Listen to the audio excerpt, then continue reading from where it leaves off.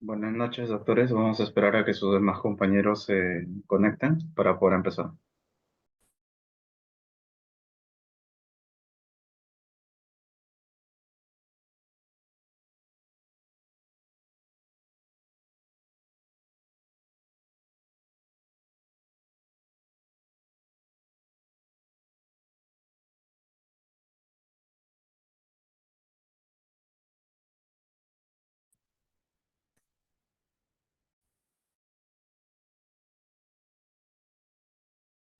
Eh, ¿Alguien tiene alguna duda con respecto al tema anterior? ¿Ha leído algo que no le ha quedado claro?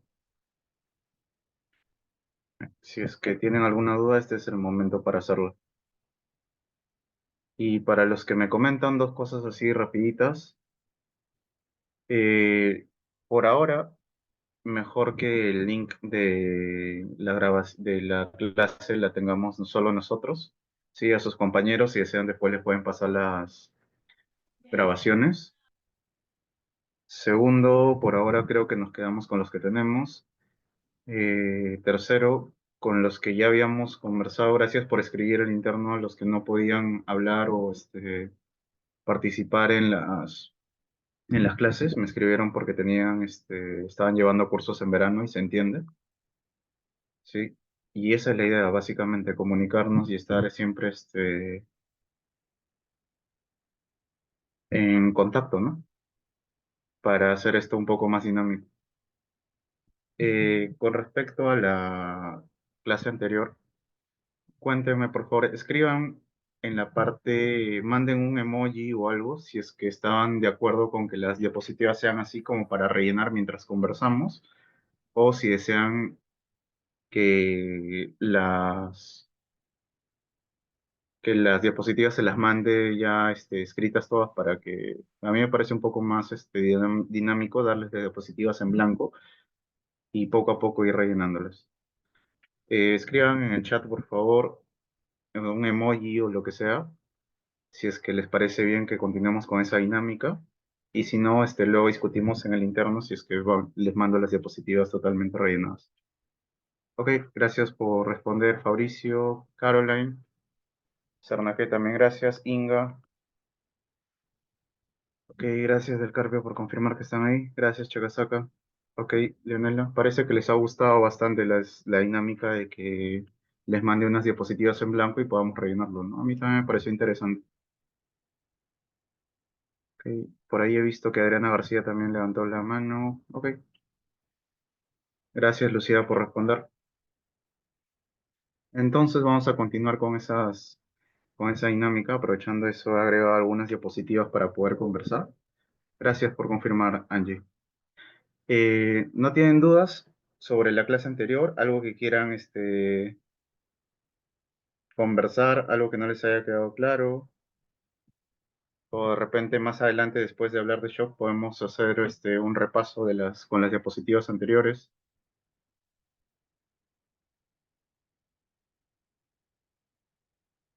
¿Nadie? Al parecer estaba muy buena la clase de ciclo cardíaco. Ok, vamos a empezar. Les compartí un paper que me pareció interesante en su momento, pero luego conseguí otro. Eso es lo malo de leer, siempre encuentras papers más interesantes y ese se me olvidó enviarles, se los voy a enviar ahorita en cuanto termine esta discusiones. Ok, ahora empecemos. Cuéntenme, ¿qué entienden ustedes cuando nosotros hablamos de shock? Pueden escribir en el chat, abrir sus micros. ¿Qué es lo que han leído con respecto a shock?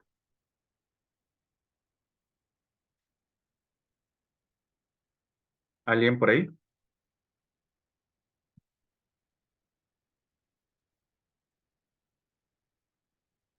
Ok, ahí Cernaque dice estado de hipoperfusión que lleva a una disfunción orgánica. Ok, estado de hipoperfusión que lleva a disfunción tisular cardíaca. Sí, ok. Sí, básicamente el shock es un estado de hipoperfusión.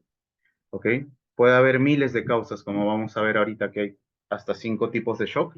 Pero cuando nosotros hablamos de shock, básicamente hablamos de un estado de hipoperfusión, en el cual el sistema cardiovascular, ¿sí? Y todos los sistemas que están encargados de llevar el aporte de oxígeno tienen algún problema y los tejidos periféricos no están recibiendo ni los nutrientes ni el oxígeno necesario para poder trabajar adecuadamente. Sí, esa es una buena definición de shock.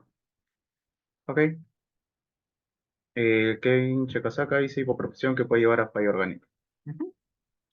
Sí. Acuérdense que el término shock básicamente nos habla del estado de hipoperfusión. Eso no quiere decir que necesariamente haya daño de órgano blanco, como vamos a ver luego.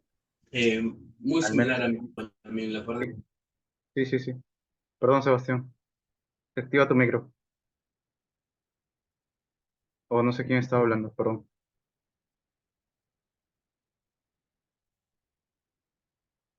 Ah, hola, Sebastián, ¿cómo estás? Eh, ¿Alguien más que quiera participar? ¿Alguien que haya leído alguna otra definición o que no le haya quedado claro lo de shock que estábamos conversando hace un momento?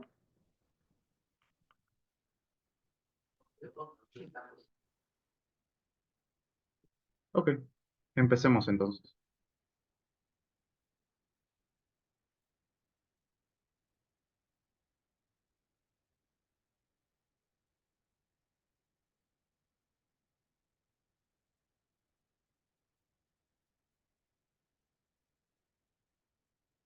Ok, me confirman por favor, doctores, si se puede ver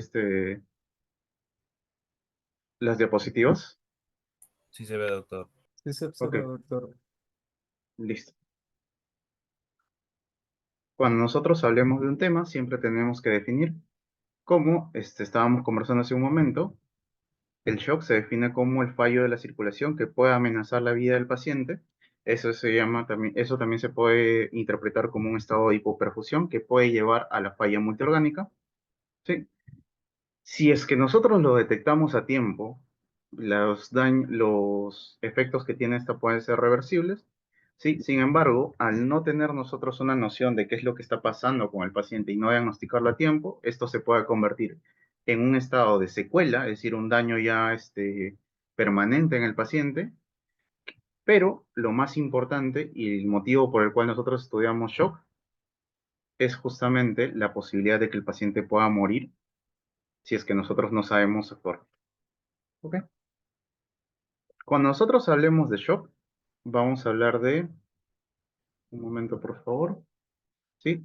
Tenemos básicamente cuatro tipos de shock, ¿sí? Tenemos el shock hipovolémico, tenemos el shock distributivo, que se divide en tres, ahorita vamos a ver cuáles son los tipos de shock distributivo, el cardiogénico, que era básicamente lo que vamos a hablar hoy, y tenemos el obstructivo, ¿ok? Cuatro tipos de shock, ¿sí? Este primero que está acá, el distributivo, tiene tres divisiones más, y en un momento vamos a revisarlos. ¿Ok? Pasemos entonces al shock hipovolémico. ¿Sí? ¿Cuál es el problema en el shock hipovolémico? Básicamente, ¿qué es lo que le falta al cuerpo? Esa gota que está ahí. ¿Eso qué es? Agua. En el cuerpo nosotros no tenemos agua.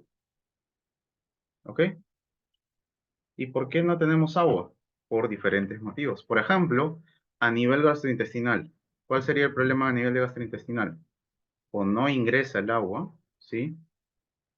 Por ejemplo, el paciente de repente está inconsciente o de repente un paciente que ha sido encontrado en el desierto. O el otro compromiso a nivel del tracto gastrointestinal, ¿cuál es? Las pérdidas. Sí, pérdidas. Las pérdidas gastrointestinales. ¿Sí? Que pueden ser de dos tipos. Podemos tener diarreas, ¿sí? Y podemos también tener hemorragia gastrointestinal. Por ejemplo, un estado de hemorragia gastrointestinal que puede llevar a la muerte del paciente, sobre todo los que han rotado cuando hablábamos de cirrosis hepática. ¿Cuál es la complicación de la cirrosis hepática que puede llevar a sangrado? ¿Alguien se acuerda? Sobre todo los que han venido a rotar, que hemos visto varios pacientes cirróticos. Ya saben, pueden hablar o pueden escribir en el chat.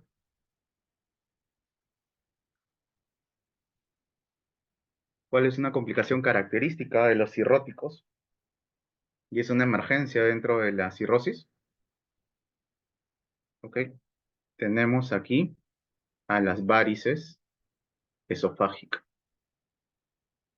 Las varices esofágicas justamente son una emergencia en la cual nosotros perdemos sangre, ¿sí? En grandes cantidades y por ende podemos entrar en un shock hipovolémico. ¿Qué otro tipo de alteraciones podemos tener? Pérdidas a nivel renal, ¿sí? Que el riñón esté hiperfiltrando o que tengamos alguna patología perdedora de sodio. Y ustedes saben que el sodio jala el agua y entonces podríamos deshidratarnos por este método. ¿Qué otro órgano nos puede hacer perder agua? La piel. ¿Y cómo la piel nos puede hacer perder agua, doctor? Tenemos acá el mecanismo de la fiebre que nos puede deshidratar, sobre todo a los niños, por eso es importante prevenir la fiebre en los niños, más no es una emergencia, ¿sí? ¿Qué más? Podemos tener las famosas quemaduras. Las quemaduras, sobre todo a partir de segundo y tercer grado, pueden generar, perdón, a partir de tercer grado, pueden generar una depresión del volumen, una pérdida de agua. Se pierde H2. ¿Ok? Hasta aquí, ¿estamos bien? ¿Alguien tiene alguna duda? ¿Algo que no les haya quedado claro? Creo que estamos empezando suavecito. Ok. ¿Qué más, doctor? Podemos tener, como ya lo estábamos mencionando hace un momento, las famosas hemorragias. ¿Sí? Todo lo que se les ocurra. Desde un paciente que se le ocurrió cortarse las venas porque su enamorada lo dejó, hasta una ruptura de arteria aorta, un aneurisma que se rompió en cualquier parte del cuerpo, o inclusive las hemorragias, ¿sí? El principal motivo de mortalidad materna, las hemorragias uterinas perinatales, ¿ok? Por eso es que cuando ustedes vean ginecología van a hablar de las 4 Ts, ¿sí? De tejido, trombo, tono, etcétera, etcétera, y trauma, perdón, para poder determinar cuál es el punto de sangrado en una paciente que tiene sangrado después de que ha nacido el parásito. ¿Ok? Entonces, ¿cuál es el detalle con todo esto, doctor? Miren, ¿no? Vamos a razonarlo así. Si nosotros no tenemos agua que esté dentro del vaso sanguíneo, ¿qué va a pasar con el retorno venoso? El retorno venoso disminuye.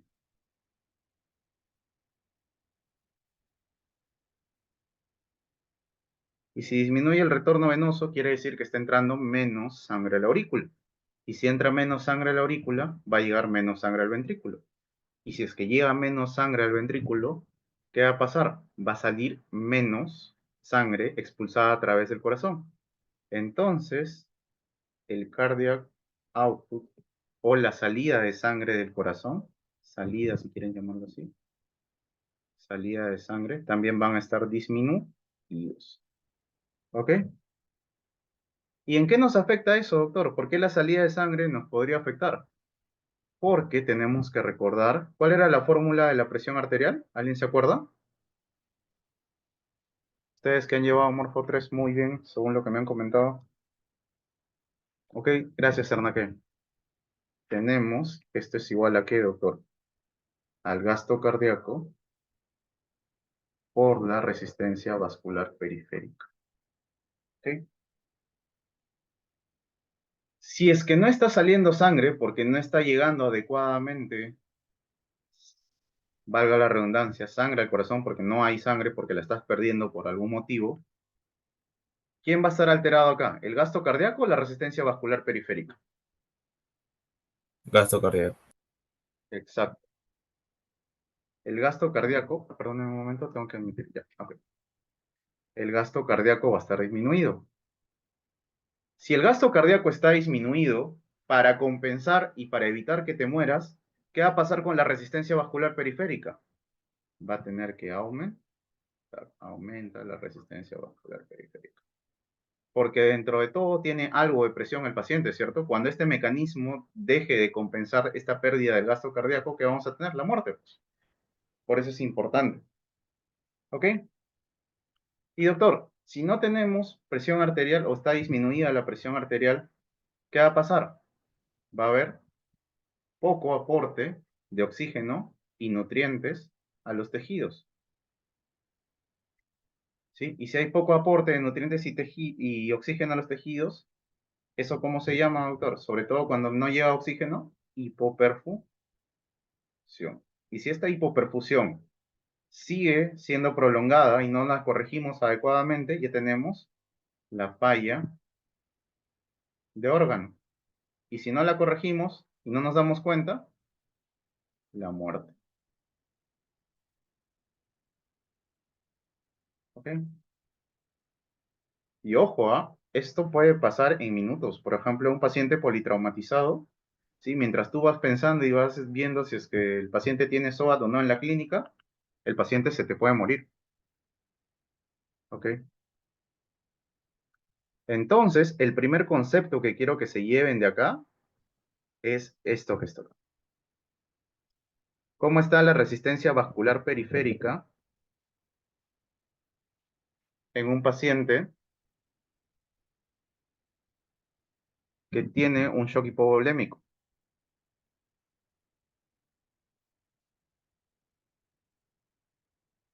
Elevada. Exacto. La resistencia vascular periférica o la resistencia vascular sistémica, valga la aclaración, va a estar elevada. ¿Y por qué está elevada? Porque está tratando de compensar, ¿qué cosa? La disminución del gasto cardíaco que se ha dado, ¿por qué? Por la depresión de volumen que estamos teniendo actualmente. ¿Cuáles son las causas del shock hipovolémico? Como les dije, hemorragias, pérdidas gastrointestinales, pérdidas renales, ¿sí? Pérdidas por la piel, ¿sí?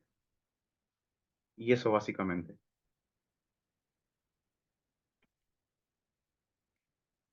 Hasta aquí, doctores. ¿Alguna duda, consulta, algo que no les haya quedado claro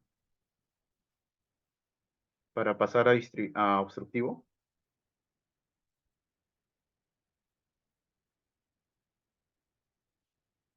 Ok, listo. Valga la aclaración. Sí, del Carpio, cuéntame. ¿Qué tal, doctor? Buenas noches. Buenas noches. Eh, También tengo entendido que, por ejemplo, en el que estábamos viendo en el artículo que envió, el shock cardiogénico, igual pasa algo similar, donde por una alteración cardíaca bajaba el gasto cardíaco y se repetía todo este proceso que mencionó. ¿Hay alguna diferencia entre, por ejemplo, el gasto cardíaco que se disminuye acá en comparación con otros tipos de shock? Tipo, baja más, baja menos. Mm, Eh, la en re- resistencia periférica se ve aumentada en algunos y en otros no. Eso sí sí. no me quedó muy claro. Mira, André, vamos a hacer los tipos de shock individualmente y luego tenemos un cuadro resumen, como han visto en las diapositivas, para poder ir llenando uno a uno, cosa que así no nos perdemos ahorita. ¿Sí? Ok, Vamos poco a poco. doctor. Gracias. ¿Ok? En shock cardiogénico, ¿cómo aumenta la precarga? Ahorita llegamos a shock cardiogénico, Fabricio. Sí, vamos poco a poco. Ahorita estamos en shock hipovolémico, que es el más fácil. ¿Ok? Igual, por favor, Fabricio y el del Carpio me hacen acordar su pregunta cuando lleguemos a shock cardiogénico. ¿Les parece? Ok. Con respecto al shock hipovolémico, doctores, al mecanismo del shock hipovolémico, ¿alguien tiene alguna duda? Consulta. Ah, gracias, Fabricio. Sí, no te preocupes, vamos paso a paso, cosa que no nos confundimos, porque acuérdate que esta disquisición entre la resistencia vascular periférica, la frecuencia cardíaca y el gasto cardíaco y las demás presiones que vamos a ver luego con la medición del Swan's-Ganz es bastante importante y es un poco quisquilloso, así que vamos paso a paso. ¿Ok? Listo, doctores.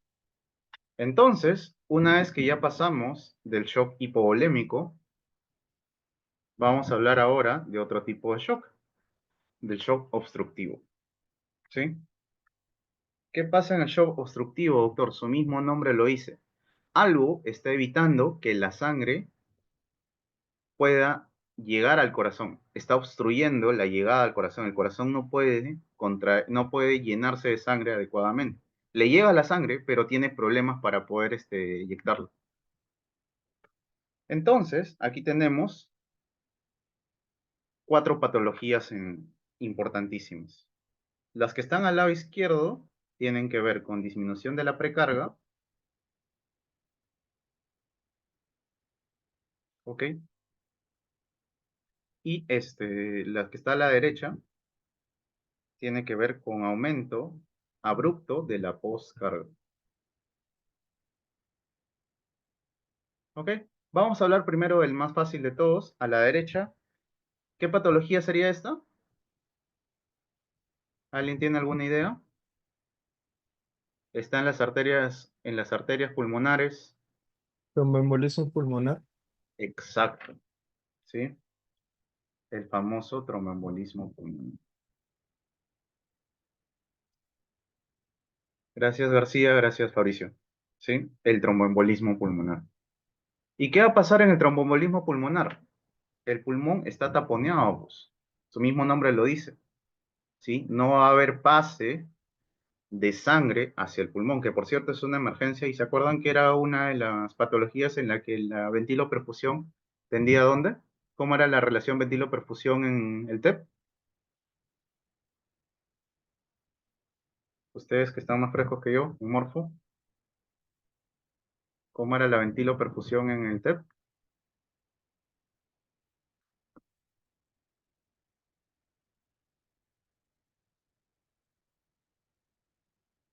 Ok, Cernaqué dice infinito. ¿Alguien tiene otra respuesta?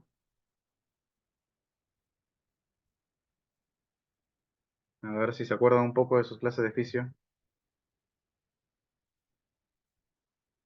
Ok, Daniela Cruz dice infinito. Ahí Veramendi dice aumentada. Ok. García dice infinito. Claro, porque en este caso, miren, ¿ah? Así es simple. Si la perfusión en este pulmón es 0, ¿sí? Este número se va a hacer infinitamente más grande. Por eso, cuando tenemos un tromboembolismo pulmonar, ¿sí? La ventiloperfusión tiende a infinito. ¿Ok? No se preocupen, el próximo mes creo que hacemos neumo, vamos a repasar un poco esos temas. ¿Ok? Pero es básicamente eso, ¿sí? Acuérdense que toda división sobre 0 tiende al infinito. ¿Ok? Como les dije, el de la derecha es el más fácil de todos. El tromboembolismo pulmonar es un ejemplo característico de de un shock obstructivo, ¿sí? Sin embargo, adicionalmente a eso, tenemos otras, perdón, un ratito voy a admitir a alguien que entró, ya, ¿sí? Otras patologías. Por ejemplo, en este caso, en el tromboembolismo pulmonar, ¿qué va a pasar?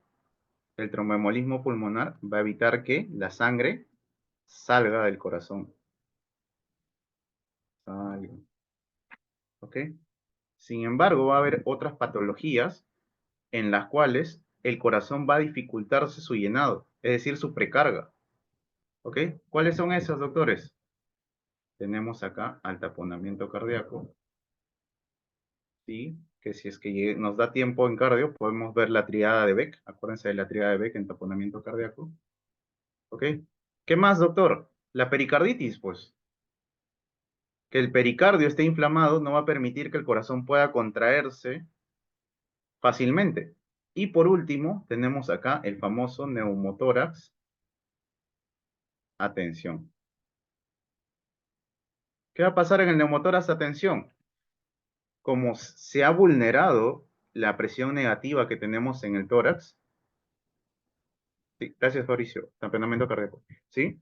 El, el pulmón va a empezar a presionar sobre todo el lado que está comprometido. Si es que es un neumotórax a nivel derecho, pues se comprometerá el lado derecho. Y si es que es un neumotórax a tensión en el lado izquierdo, simplemente, ¿qué va a pasar? También se comprometerá ese lado. Y doctor, entonces, ¿cuál es el mecanismo acá? Vamos acá, tanto para acá como para acá.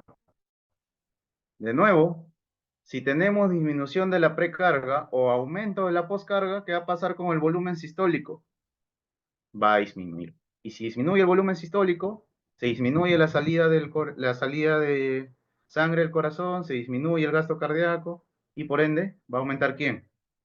La resistencia vascular periférica. ¿Y para qué aumentaba la resistencia vascular periférica? Para justamente compensar y tratar de mantener estable la presión arterial. En este caso estamos hablando de la presión arterial media. ¿Sí?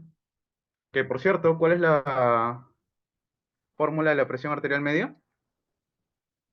¿Alguien se acuerda?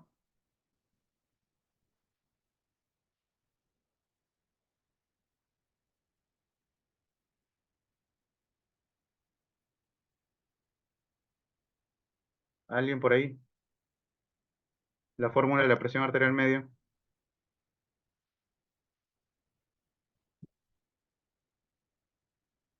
Ok, no se preocupen. ¿Sí? Por ahí he visto una respuesta.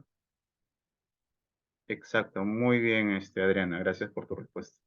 La presión sistólica más 2 veces la presión diastólica sobre 3. ¿Sí? Exacto. Muy bien, checas acá. ¿Ok? ¿Sí? No se olviden que cuando nosotros hablamos de shock, sobre todo de shock, es importantísima la medición de la presión arterial media, porque eso nos puede dar a nosotros, tenemos acá, la presión arterial media, que es igual a la presión sistólica más 2 veces la presión diastólica sobre 3. ¿Ok? ¿Y cuánto debería ser normal esta presión arterial media? Mayor a 60 milímetros. ¿Ok? Nunca se olviden esa fórmula, es bastante importante. ¿Ok? Listo. Con respecto al shock obstructivo, ¿alguien tiene alguna duda? Uy, se borraron los notes. Ya, bueno. Doctor, también puede ocurrir otro tipo de compresión por atelectasia, por ejemplo, hemoneumotórax y hidrotórax. Sí, en realidad sí del carpio, pero acuérdate que el hemo y el hidrotórax, al ser líquidos, normalmente primero tienen que llenar la parte inferior, es decir, el seno costodiafragmático y ambos senos costodiafragmáticos, luego recién rellenan el cardiofrénico, es decir, la cantidad de volumen que tendrías que tener y permitir que el paciente acumule en el pulmón debería ser bastante grande como para comprometer el lado del corazón. ¿Ok?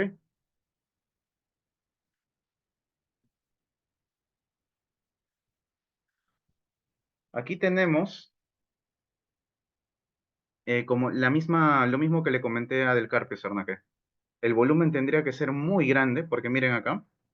Ok, esta es una radiografía de tórax, en donde evidenciamos ¿qué cosa? Un neumotórax, atención. ¿Y cómo se identifica este neumotórax, doctor? Vamos a dibujarlo bonito acá. Porque miren, pues, en este pulmón, en el izquierdo, podemos ver ¿qué cosa? La trama bronquial. Y aquí, doctor, está lleno de aire nada más. No hay nada de pulmón acá. ¿Y dónde está el pulmón? Donde está señalada la flecha.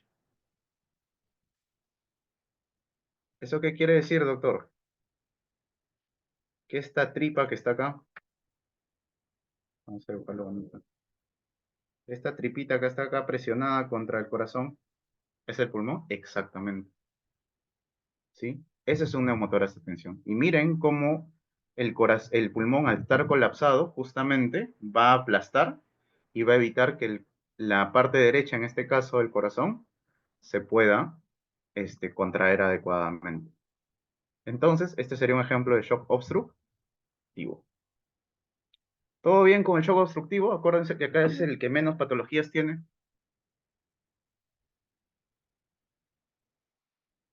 ¿Alguna duda, consulta? Creo que con algún grupo también llegamos a ver radiografías porque no había pie diabéticos para curar. ¿Alguien tiene alguna duda? A ver, vamos a ver el chat. Todo claro. Ok, ¿podemos pasar al siguiente tipo de shock? Ok, listo. Continuamos entonces.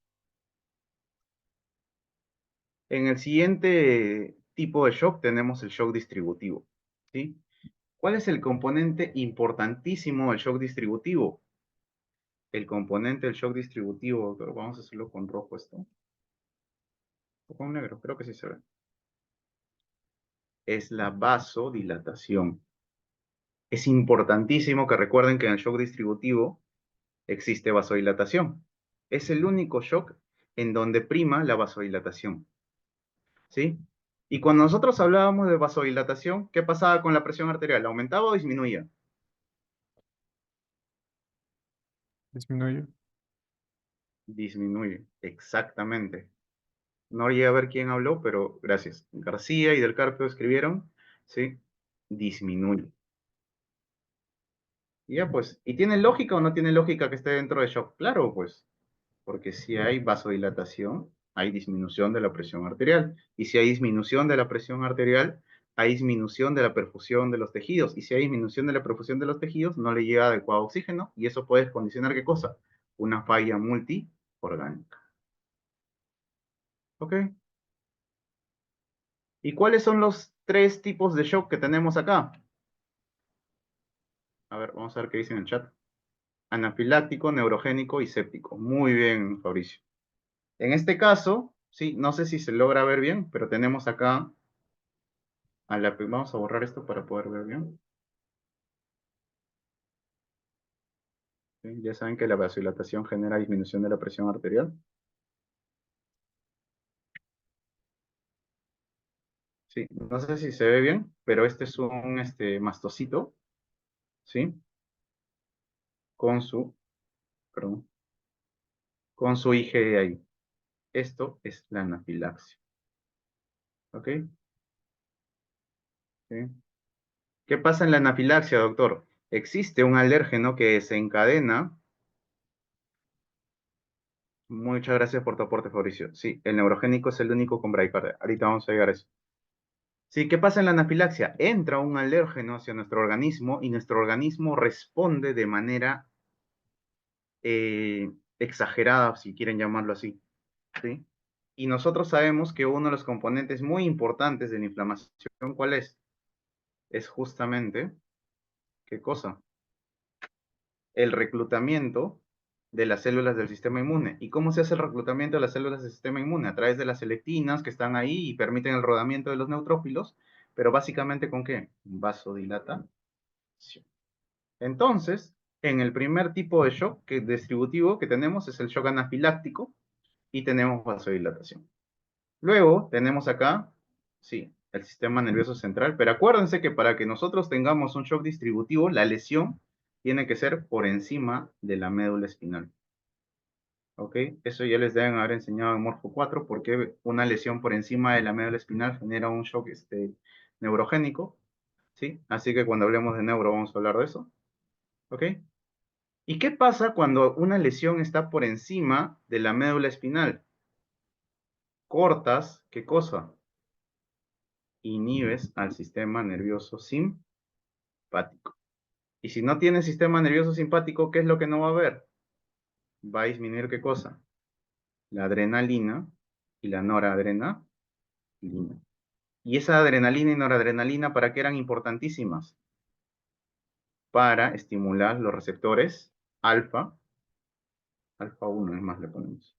¿Y qué hacía el receptor alfa 1 a nivel del sistema nervioso simpático? ¿Qué pasaba cuando estimulábamos el alfa 1? Exacto. Vasoconstricción. Gracias Mateo, gracias Fabricio y gracias Adrián. Vasoconstricción. Y si nosotros no tenemos sistema nervioso simpático, vamos a estar sometidos a una vasodilatación persistente. Sin embargo, esta noradrenalina y adrenalina, ¿a dónde también van? A los receptores beta, sobre todo al receptor beta 1.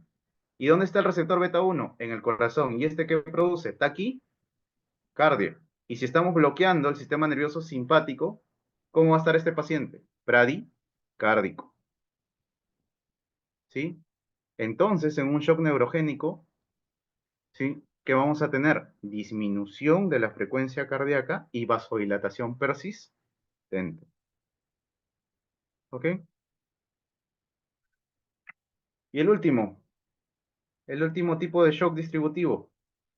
Uy, lo me hice por acá. Vamos a poner esto acá. Perdón. Salió por acá la bacteria. ¿Ok? Tenemos una bacteria. ¿Sí? Cualquiera. Por ahora no vamos a entrar a una clase de micro para saber cuál es. Para que nosotros, el último tipo de shock distributivo que tenemos es el shock séptico. ¿Ok? Ojo, que shock séptico no es lo mismo que sepsis. Si alguna vez nos toca hablar de infecto, vamos a ver la diferencia entre sepsis, shock séptico y cirrosis. ¿Ok? Y que ya está en desuso alguno de los términos de eso. ¿Ok? Por ahí Fabricio se animó a decir que era Staph aureus. No recuerdo qué era la imagen, pero por lo que vemos en la pantalla parece que sí. ¿Ok? Muy importante que tienen que recordar, algo muy importante que tienen que recordar, perdón. ¿Qué cosa es, doctor? Que para nosotros tener un shock séptico, primero tenemos que tener ¿qué cosa? Bacteriemia. ¿Ok? ¿Eso qué quiere decir? Que la bacteria tiene que estar en la sangre, ¿sí? Para nosotros recién poder hablar de shock séptico. Y esta bacteriemia va a generar, otra vez, como les decía, respuesta del sistema inmune. Y como el sistema inmune no va a poder atrapar la bacteria en un lugar determinado, va a generar ¿qué cosa? Vasodilata. ¿Ok? ¿Hasta aquí estamos bien? ¿Alguien tiene alguna duda? ¿Consulta sobre cualquiera de los tipos de shock?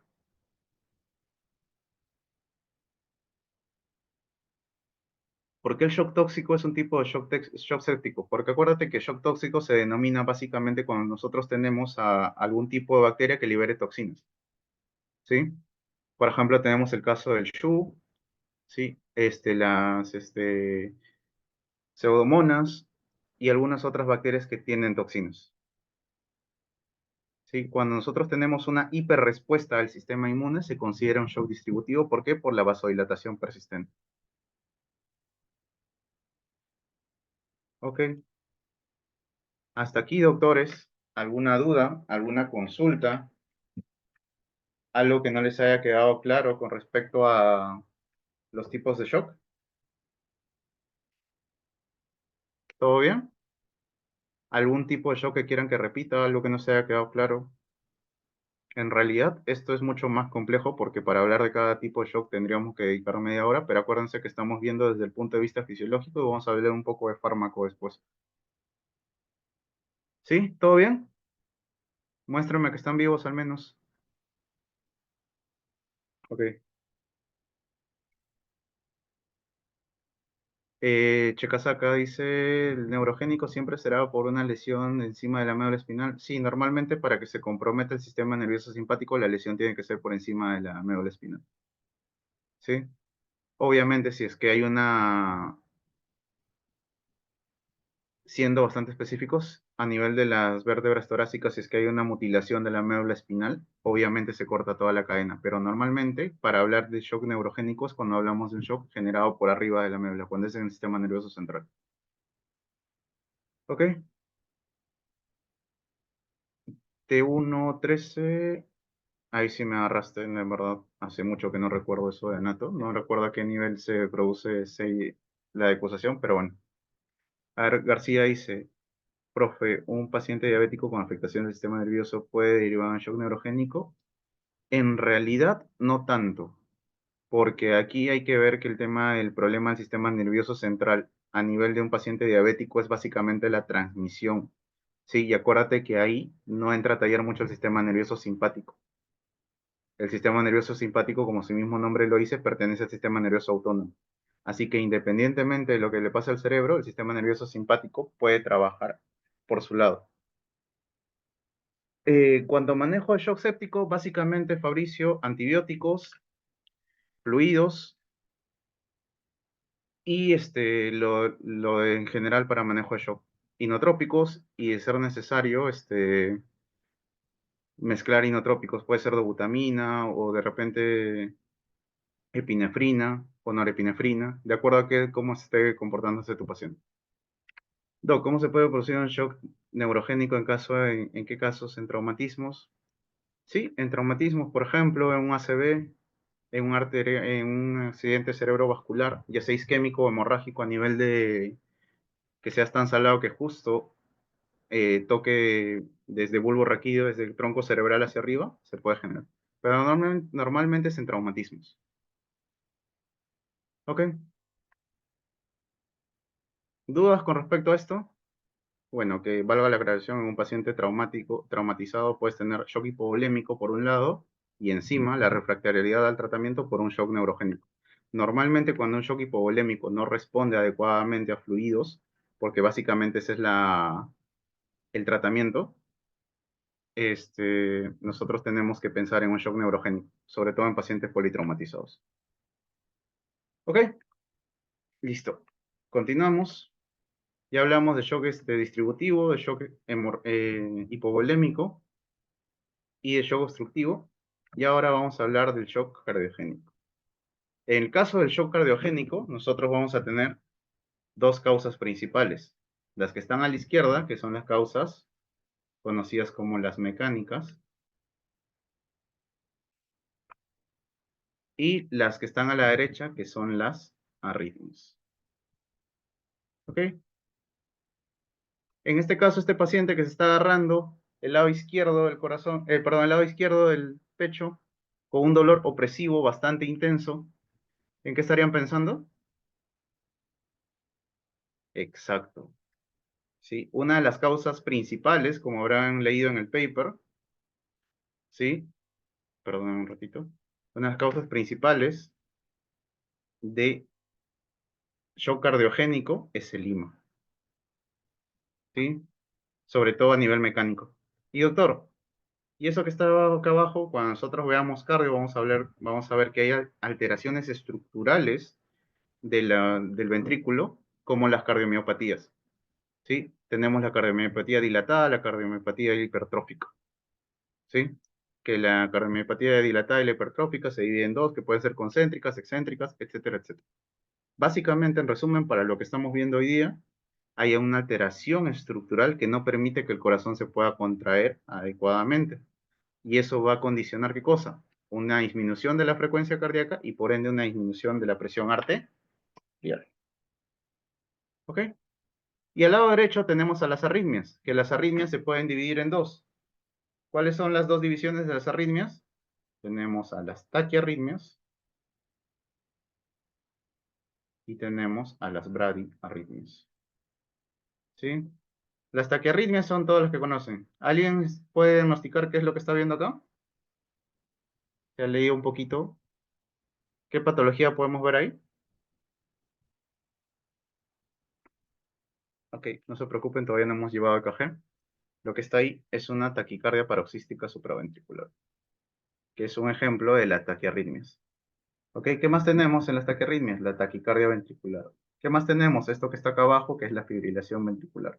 ¿Qué más tenemos? La fibrilación auricular con respuesta ventricular alta. ¿Sí? Y entre bradiarritmias, doctor, tenemos a los bloqueos auriculoventriculares, a la intoxicación por beta blocks, ¿sí? Y a la intoxicación por bloqueadores de canales de calcio. Esas son las principales etiologías de un shock cardiogénico. Se dividen en dos, recuerden, entre las mecánicas y las arritmias. Ahora sí, tenemos ya una idea de cómo es.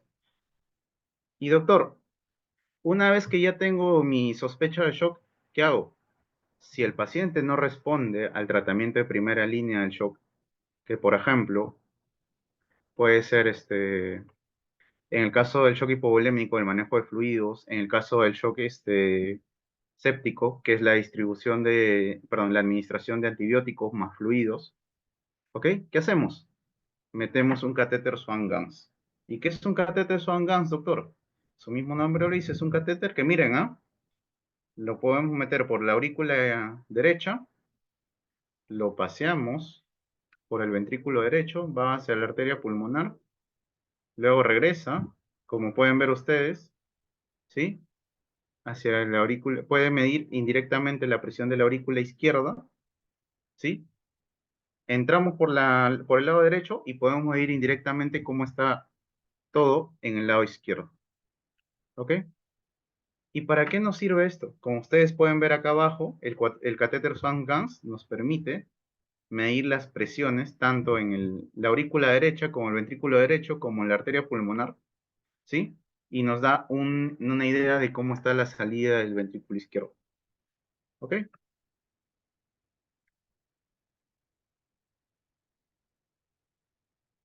Me olvidaba.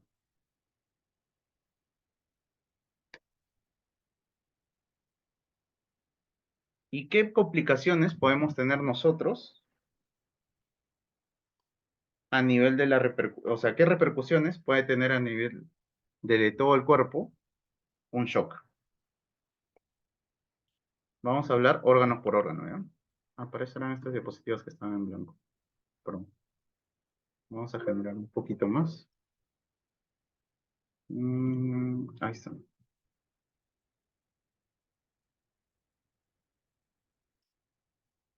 Entonces, ¿qué órganos se pueden dañar por el shock?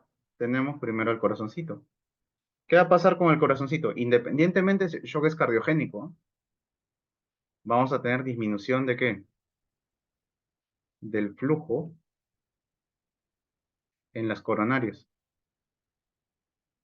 Y si disminuimos el flujo de las arterias coronarias, ¿qué va a pasar? Vamos a tener disminución del aporte de oxígeno hacia el corazón. Entonces, ¿cualquier shock puede tener repercusión a nivel del corazón? Sí, claro. Peor todavía si es que es un shock cardiogénico. Tenemos que actuar de la manera más rápida posible, porque ese corazoncito está sufriendo. ¿Ok? Entonces, teníamos acá que la blood pressure, o vamos a ponerlo en español, la presión arterial, es igual a que al gasto cardíaco por la resistencia vascular periférica. ¿Ok? Habíamos hablado que hay shocks en los cuales la resistencia vascular periférica aumenta, como todos, excepto el shock distributivo y la resistencia vascular disminuye. ¿Sí? Miren, si la resistencia vascular está aumentada, ¿eso qué quiere decir? Que el paciente está en un estado de vasoconstricción, ¿cierto? Y si hay vasoconstricción, si yo le mido el pulso pedio al paciente, ¿cómo va a estar el pulso pedio del paciente en el caso de que tengamos aumento de la resistencia vascular periférica? O esté con vasoconstricción, por ejemplo.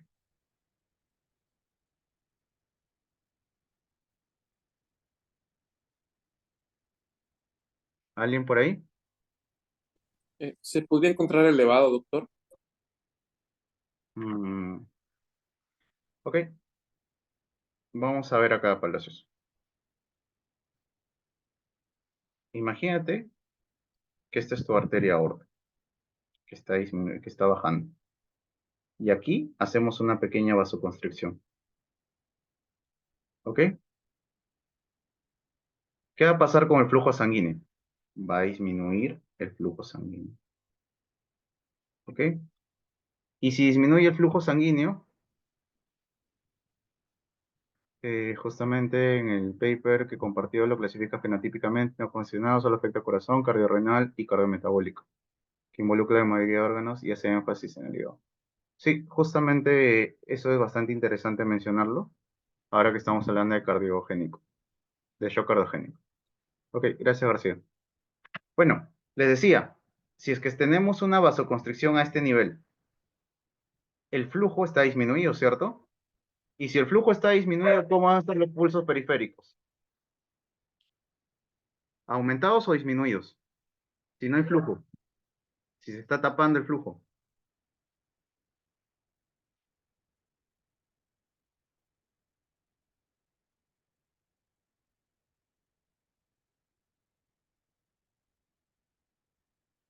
¿Alguien alguna idea?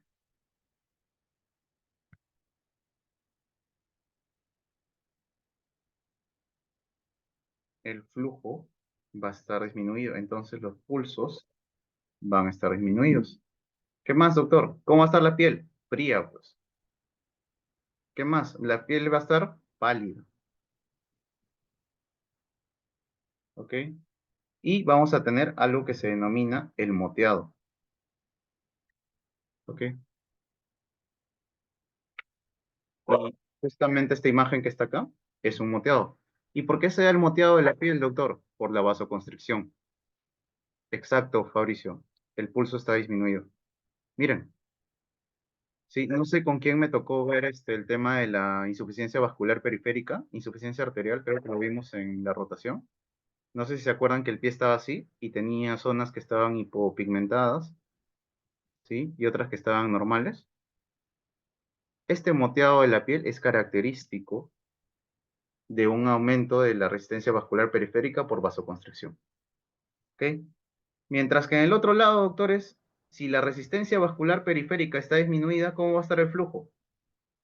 Va a llegar adecuado flujo a los tejidos, pues. ¿Va a estar pálida? No va a estar pálida. No hay palidez. ¿Va a estar fría? No. No. No hay frío. ¿Va a estar moteado? No va a estar moteado. ¿Ok? Y esta también es una clasificación que a ustedes les van a preguntar. ¿Cuáles son los shocks?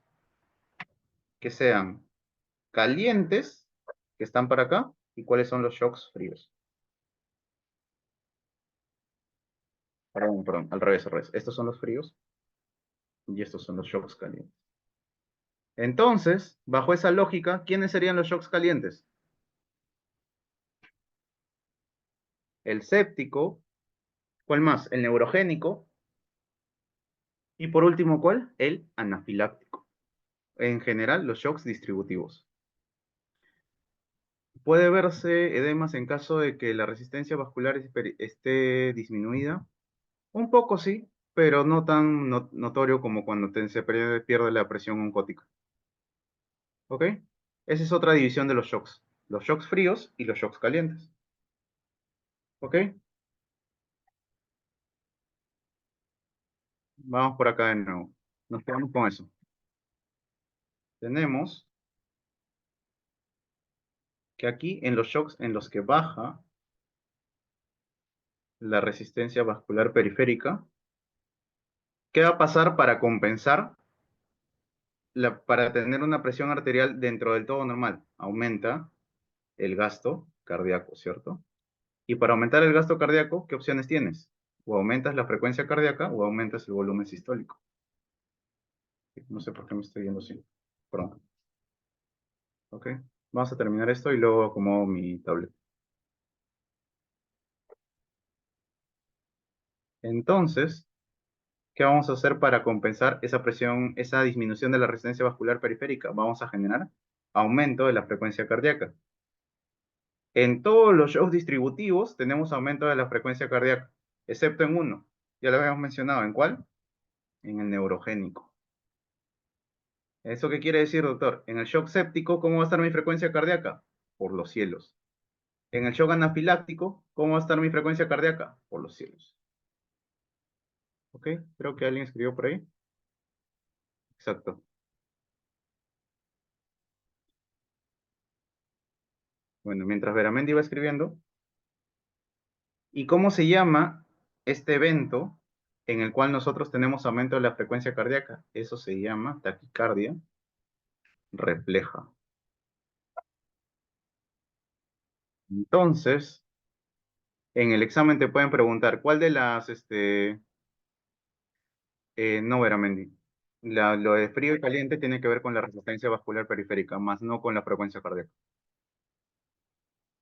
Lo que sí vamos a ver hay una diferencia del shock neurogénico cuando hablemos de volúmenes y todo eso, porque hay una disminución un poco más marcada del volumen sistólico que en las otras. Pero se considera un shock caliente. ¿Ok? Entonces, si a ustedes les preguntan en el examen, ¿cuál de los siguientes shocks no presenta taquicardia refleja? Y les dan todos los shocks, ¿cuál marcarían? Neurogénico. El neurogénico. Exacto.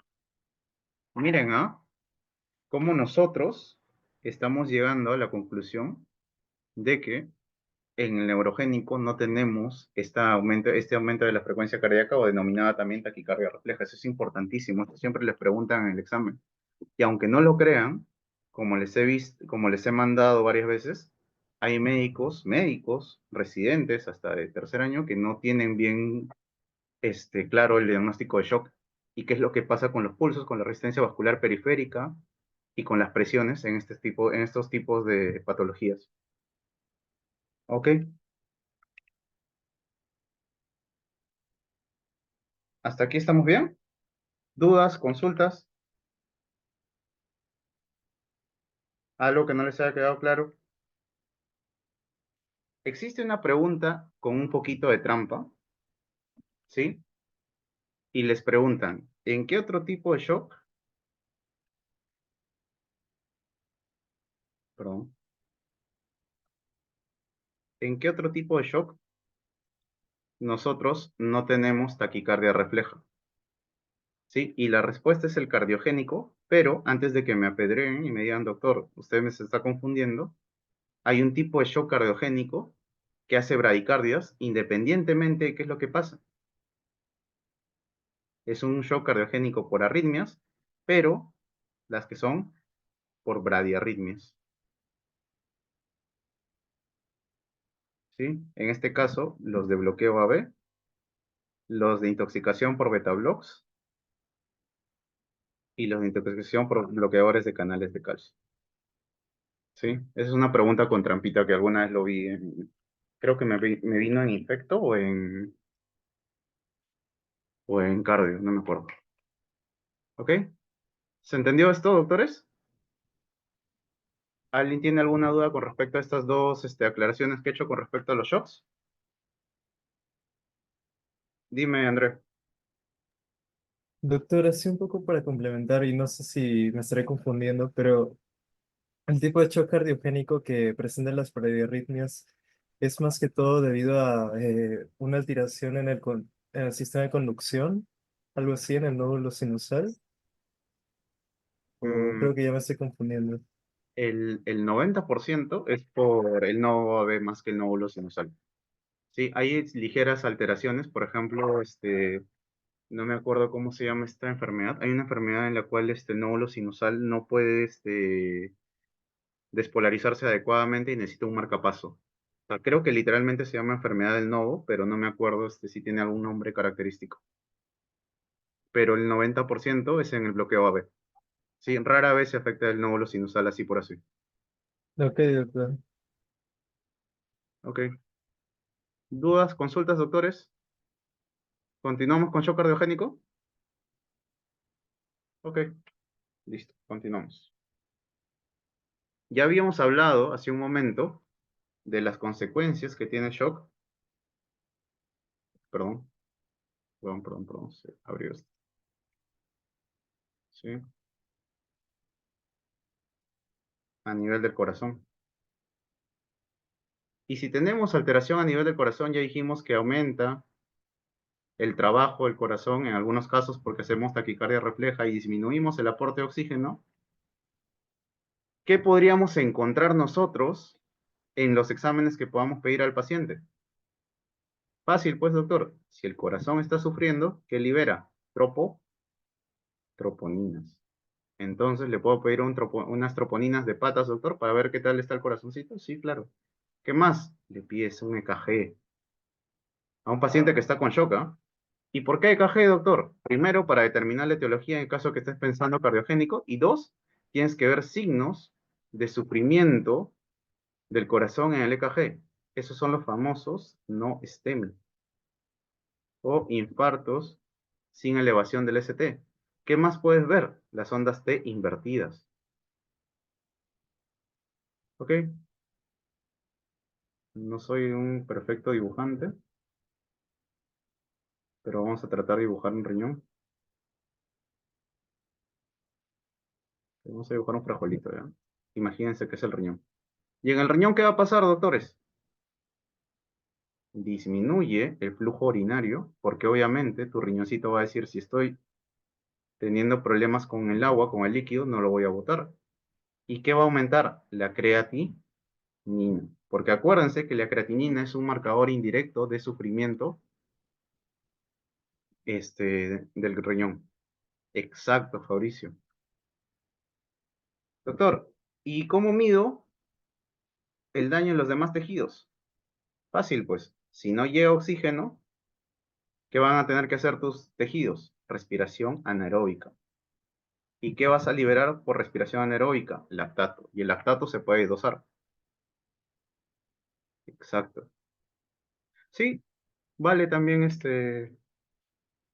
tu aporte. Acuérdense que no todos los hospitales solo tienen creatinina, acá también puede aumentar el boom.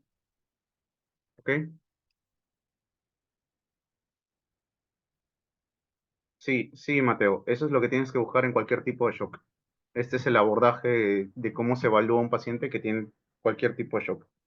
¿Ok? ¿Qué más voy a buscar? Fácil, lo más fácil de todos, doctor. Independientemente del tipo de shock, ¿cómo puedo ver que el tejido no esté perfundido adecuadamente? Le palpas los pulsos, pues. Lo que estábamos comentando hace un momento. ¿Sí? Tienes que ver cómo están los pulsos, si es que hay un signo de hipoxia. Permítame, voy a añadir una diapositiva más acá.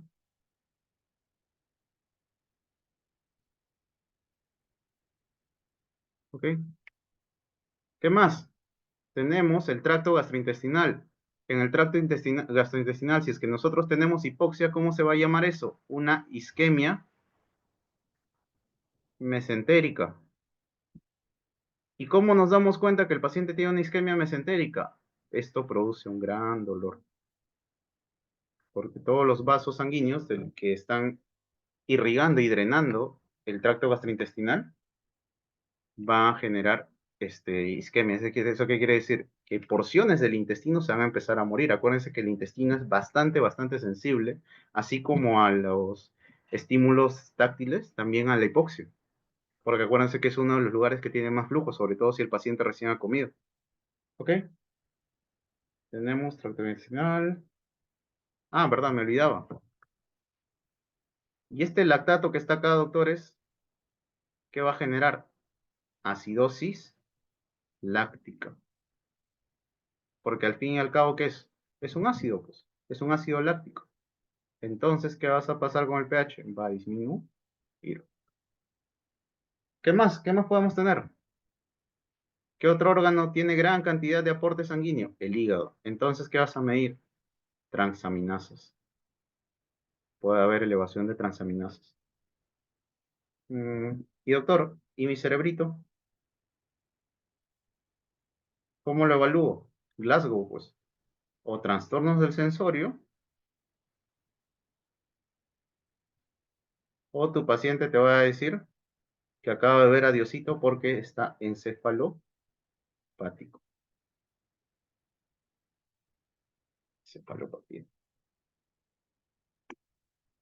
Por ahí ve que escribieron algo. Ok, sí, Adriana, ALT o AST, cualquiera de los dos. Inclusive en algunos casos de severidad se puede medir hasta GGT, pero nunca bilirrubinas, porque eso es bastante alejado. Ok, entonces, doctores, con respecto a qué es lo que vamos a evaluar en el paciente, ¿todo bien? Y hay algo bastante importante, que casi es igual de sensible que el lactato para medir hipoperfusión, el famoso llenado capilar. Por eso en todas sus evoluciones, cuando sean médicos, aunque no lo hayan medido, van a decir que el llenado capilar está menor de 2 segundos. ¿Y cómo se mide el llenado capilar?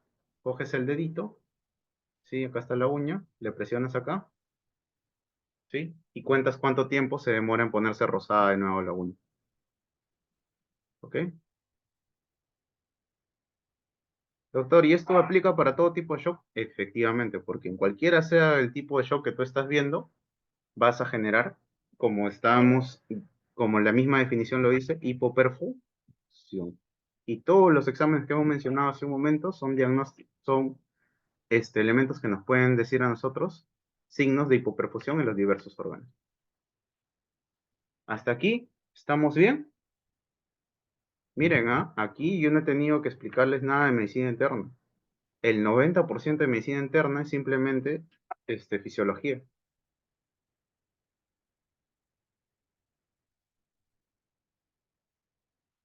Si tú sabes cómo funciona tu cuerpo, vas a saber qué pedir o qué evaluar en el paciente. ¿Sí? Esa es la idea y justamente cuando ustedes vienen a rotar al hospital, trato de enfocarlo de esa manera. ¿Ok? ¿Dudas, consultas, doctores, para pasar al paper de shock cardiogénico de frente? Ah, no, perdón, tenemos que hacer los cuadros, me he olvidado. ¿Ok? ¿Dudas, consultas? Ok. Un favor, doctores, me voy a tomar unos 10 minutos. ¿Qué hora es? 10:13, 10:23. Volvemos, por favor. Sí, voy a ir a tomar agüita y se me secó la garganta. La próxima, cuando vuelva, perdón, vamos a ver los cuadros, así que ténganlos a la mano. Sí, nos vemos en 10 minutos, doctores.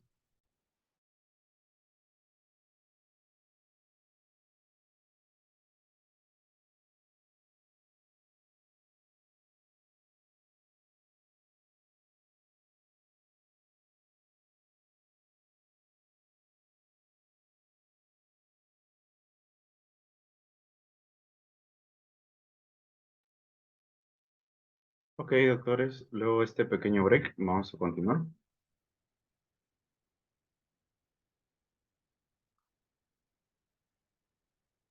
Ok, sí se puede ver la pantalla, ¿cierto? ¿Me confirman, por favor?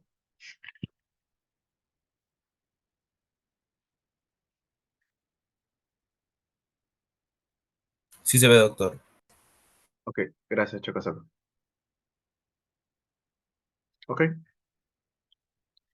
miren, esto que está acá es un cuadro que les va a servir para toda su vida. En toda su carrera les van a preguntar esto.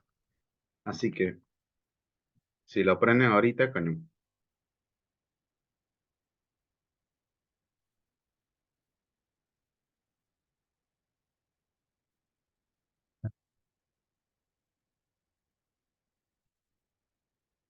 ¿Cómo se distribuye este cuadro?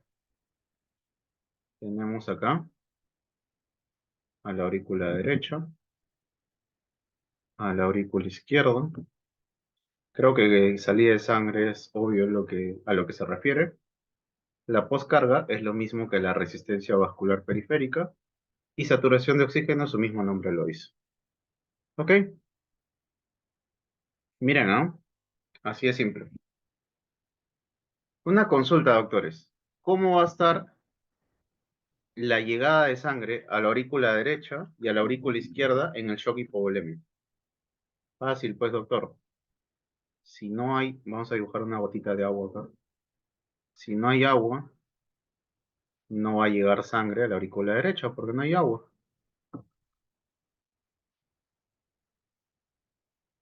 A ver, ¿qué dice? Disminuye. ¿Ok?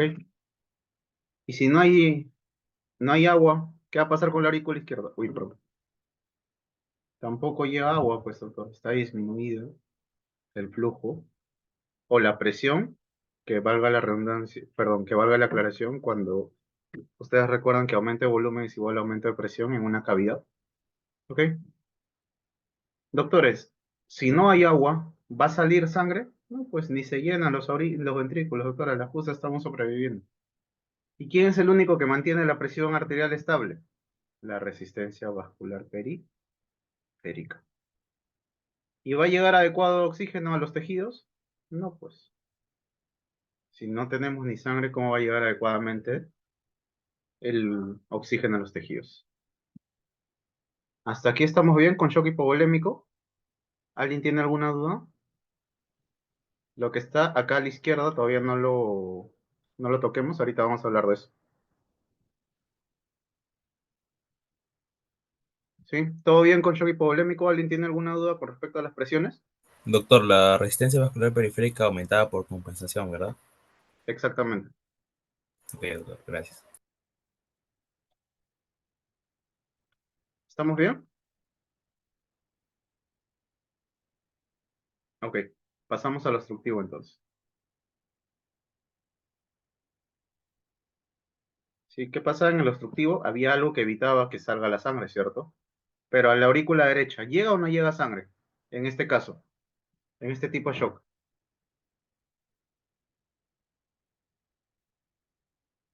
Tampoco llegaría suficiente sangre, doctor. No. De hecho, el problema no es que llegue la sangre, el problema es que no sale. Pero ¿llega o no llega sangre? Sí llega, doctor. Sí, pero sí llega. Ok, a la aurícula izquierda también llega. ¿Qué te dije? ¿Cuál es el problema? Que no sale. ¿Cómo está la salida de sangre?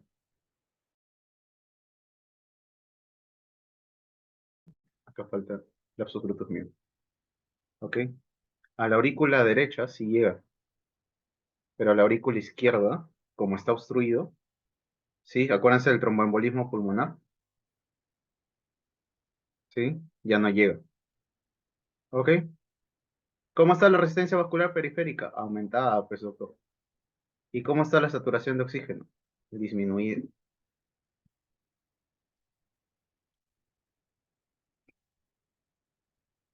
Dice, ¿por qué la resistencia vascular está aumentada en el shock hipovolémico? Por compensación, como mencionamos hace un momento. ¿Sí? Acuérdate que la fórmula de presión arterial es igual a gasto cardíaco por resistencia vascular periférica.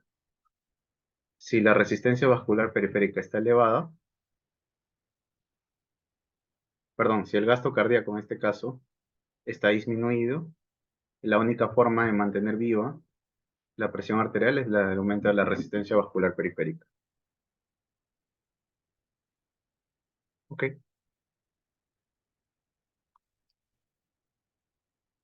Continuamos. Y en el cardiogénico, Doc, ¿qué pasa? Aquí, ¿quién es el problema?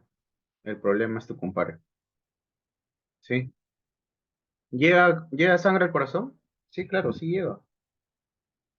¿A la aurícula derecha llega sangre? Sí. A la aurícula izquierda sí llega sangre. El problema no es que no llegue sangre. El problema acá, ¿qué es? ¿Sale sangre o no sale sangre?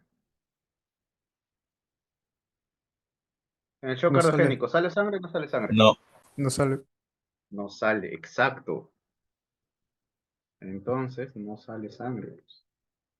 ¿Ok? ¿Cómo está la resistencia vascular periférica en el shock cardiogénico? Si no está saliendo sangre, no hay gasto cardíaco, entonces la resistencia vascular periférica tiene que bajarse y asumir y aumentar. ¿Y llega oxígeno a los tejidos? No, no llega, doctor. En el distributivo, ¿cuál era el problema en el distributivo? La vasodilatación. Ahí de frente, sin pensarlo. ¿Cuál es el único que está, perdón, ¿cómo está la resistencia vascular periférica? Recontra disminuida, pues, doc. Si hay vasodilatación, la resistencia vascular periférica está disminuida. Y si la resistencia vascular periférica está disminuida, acuérdate que las venas están dilatadas, las arterias están dilatadas. ¿Llega sangre o no llega sangre? No, doctor, no llega, pues no hay cómo llegar. Si el retorno venoso es prácticamente venas, y si las venas están dilatadas, no llega. A la aurícula derecha, y si te he dicho que las arterias también, no llega a la casa. ¿Sale sangre o no sale sangre? Sí, doctor, el problema es que acá sale la sangre, el problema es que no regresa. Y acá hay un detalle bastante importante. ¿Cómo están los tejidos con el shock distributivo? ¿Están perfundidos o no están perfundidos? Sí están perfundidos, doc. ¿Por qué? Porque la sangre se está quedando más tiempo en la resistencia, perdón, en la periferia y no regresa. ¿Ok? Miren, ¿ah? Dudas, consultas, algo que no les haya quedado claro.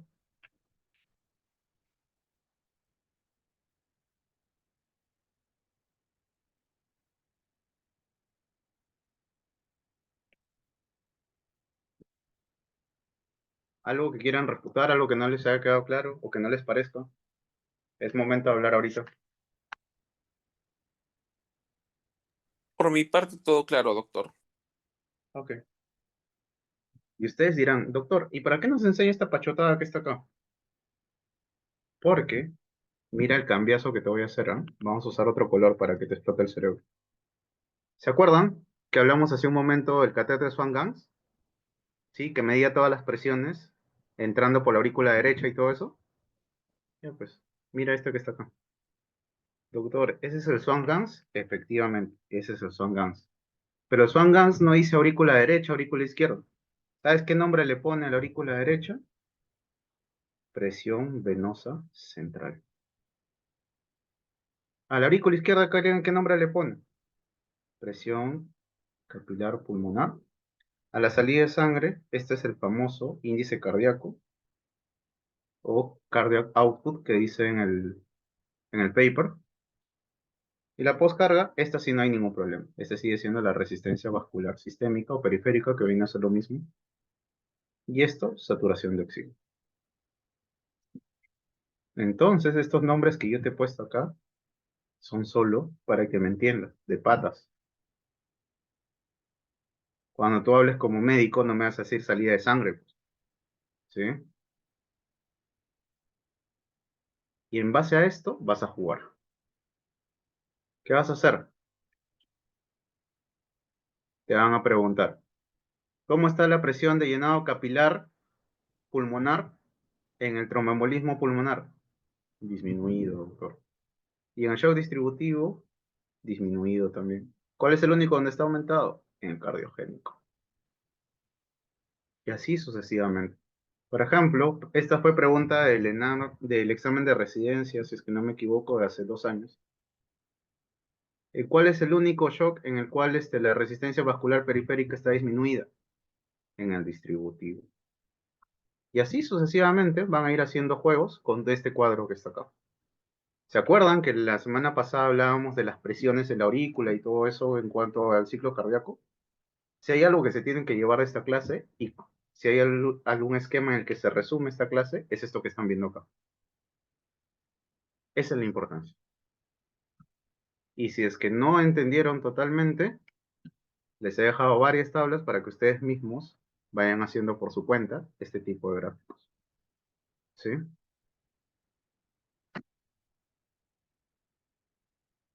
Hasta aquí, doctores.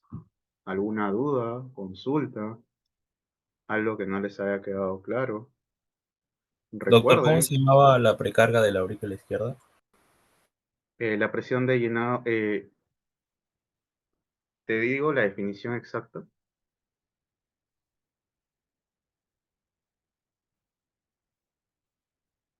Presión de enclavamiento capilar pulmonar. Sí, doctor, gracias. ¿Ok?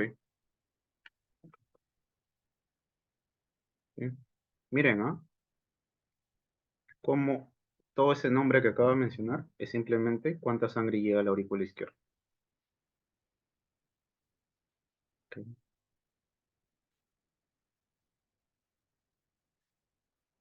Entonces, ¿cuál era el único shock caliente? Distributivo. Ujú.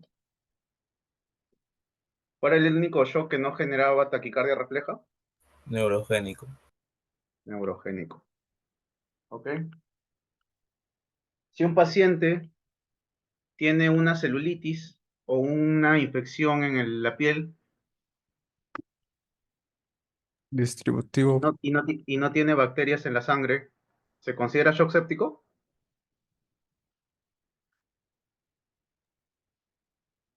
La bacteria debería faltar. Exacto, acuérdense que para que considerar nosotros un shock séptico tenemos que tener, ¿sí?, la bacteria en la sangre. ¿Sí? Esa es una de las definiciones que cambió hace un tiempo. Ok, ¿qué más les puedo preguntar? Ok, si les pregunto, ¿cuál es el shock que tiene menos probabilidad de hacer hipoxia por su mecanismo fisiopatológico? ¿Qué marcarían?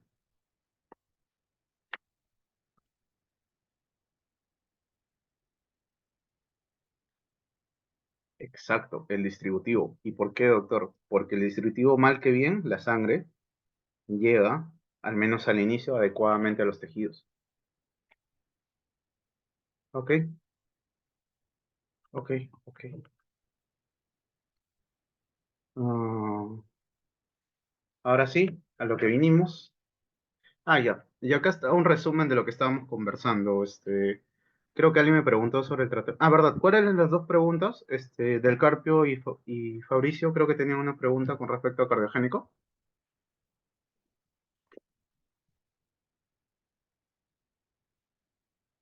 ¿No?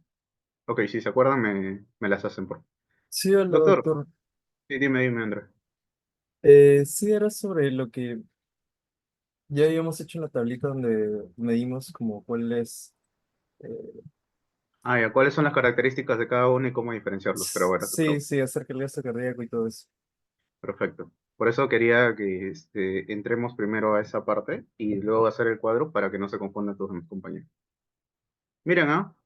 Doc, ¿cómo hacemos el tratamiento? Hipovolémico, fácil pues.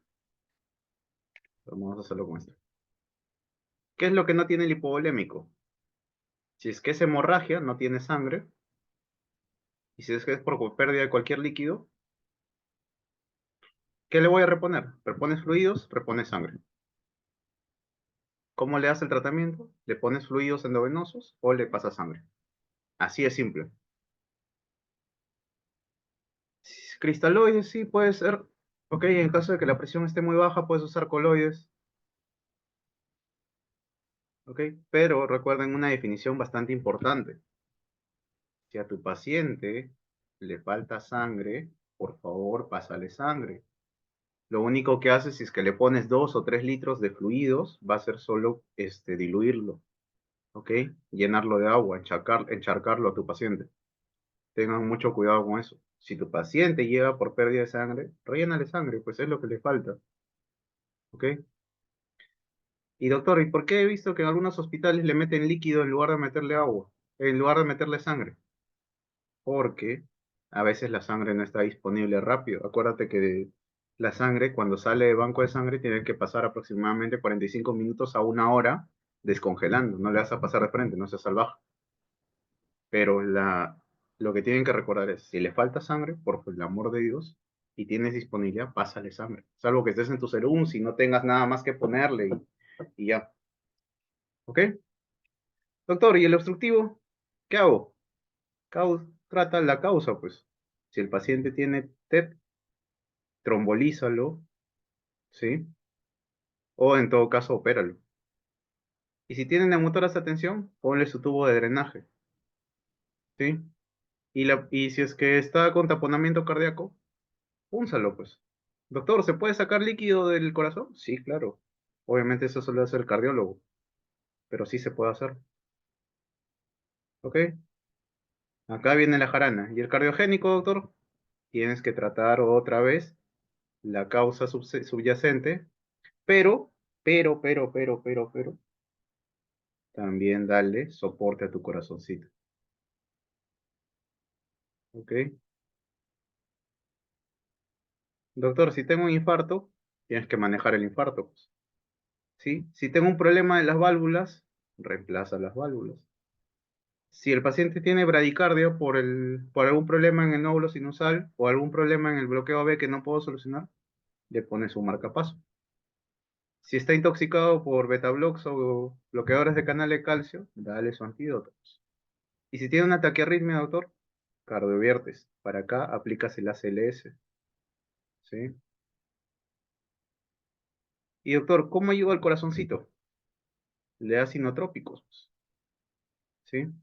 Y doctor, y si no responde a nada de esto, ni a debutamina, ni a milrinona, vamos a ver más adelante que hay una válvula de contrapulsión intraaórtica que hace la regulación de las presiones.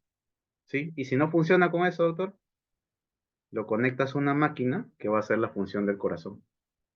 ¿Sí? Una máquina extracorpórea. Creo que tengo una imagen de la máquina. Y en el distributivo, doctor, ya pues, si es anafilaxia, le hace epinefrina, corticoides y antihistamínicos. ¿Sí? Si es séptico, doctor, fluidos, antibióticos y control del punto de infección.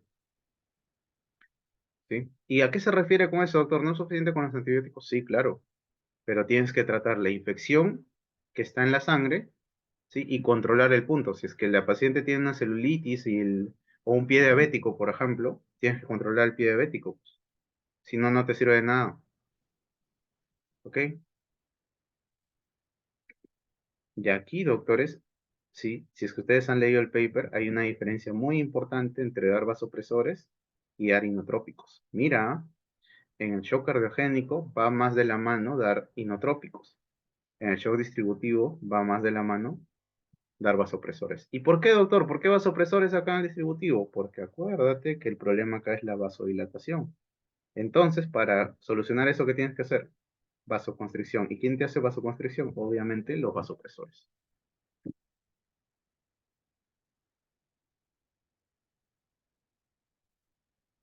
¿Ok?